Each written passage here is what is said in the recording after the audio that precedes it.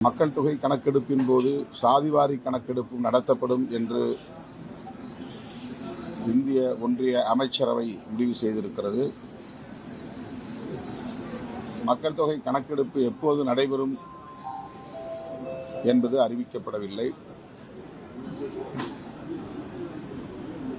தேர்ந்தெடுக்கப்பட்டிருக்கிற பாஜக அரசு 2029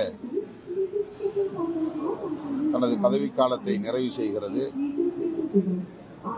ஆனால் மக்கள் தொகை கணக்கெடுப்பு 2031 தான் நடைபெறும் என்ற நிலை இருக்கிறது. 2021 நடந்திருக்க வேண்டும். கொரோனா தொற்று காரணமாக அது தள்ளி போயிருக்கிறது.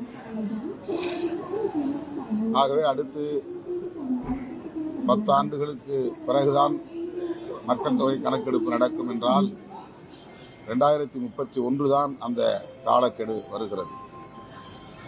2031 பிஜேபி ஆட்சியில் இருக்குமா என்ற கேள்வி எழுகிறது. 2029 பொதுத் தேர்தலுக்கு பிறகுதான் அது உறுதியாகும். இந்த நிலையில் இப்போதே இவர்கள் இந்த அறிவிப்பை செய்திருப்பது ஒரு கண்துடைப்பாகத்தான் தெரிகிறது. பீகாரில் நடைபெறவுள்ள சட்டப்பேரவை பொதுத் தேர்தலில் சாதிவாரி கணக்கெடுப்பு முதன்மையான பேசுபடு பொருளாக மாறியிருக்கிறது.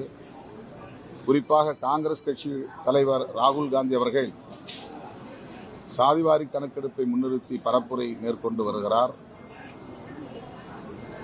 இந்தியா கூட்டணியில் உள்ள அனைத்து எதிர்க்கட்சிகளும் சாதிவாரி கணக்கெடுப்பை வலியுறுத்தி வருகின்றன.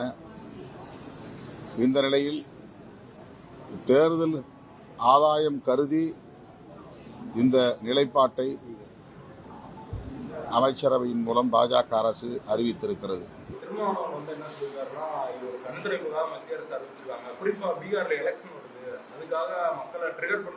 சார், இதுக்கு மக்கள் தொகை கணக்கெடுப்புடன் சேர்ந்து இதை செய்வதற்கான ஹை பவர் பொலிட்டிக்கல் அஃபேர்ஸுக்கான கேபினெட் கமிட்டியோட முடிவு. அந்த முடிவில் சேர போகிறோம், செய்ய போகிறோம். அது அடுத்த ஆண்டு பணிகள் துவங்கிவிடும்னு கிஷன் ரெட்டி அவர்கள் பேசியிருக்கிறார். அதனால இது கண் துடைப்பு கால் துடைப்புன்றதெல்லாம் இல்லை. திருமாவளவன் ஜாதிவாரி கணக்கெடுப்புக்கு ஆதரவா எதிர்ப்பான்னு சொல்லணும். ஆதரவாளர்னு சொன்னா இந்த முடிவை அவர் ஆதரிச்சு பேசணும்.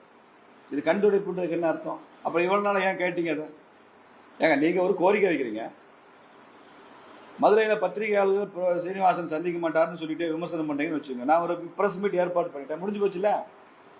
அப்போ உங்க விமர்சனம் என்னாச்சு? உதாரணத்துக்கு சொல்றேன். அது மாதிரிதான் திரும்ப ஜாதி ஒதுக்கீடு ஜாதி கணக்கீடு கேட்டாரு, வந்துருச்சு. நரேந்திர மோடியை பாராட்டில பேசணும். இதெல்லாம் இன்டலெக்சுவல் டிஸ்ஆனஸ்டிங்க. அப்படி பேசக்கூடாது. நீங்க என்ன எதிர்கட்சியா இருந்தா உங்களுக்கு எதிரடியில தான் நரேந்திர மோடி இருக்கிறாரு. ஆனா நீங்க சொல்றது ஜாதி கணக்கெடுப்பு வேணும்ன்றீங்க. வந்திருக்கு, பாராட்டுங்க. பாராட்டி கூட வரவேற்றுட்டு போங்க, அவ்வளவுதான். அது விமர்சனம் பண்றதுக்கு என்ன இருக்கு? இது கண் துடைப்புன்னு என்ன அர்த்தம்?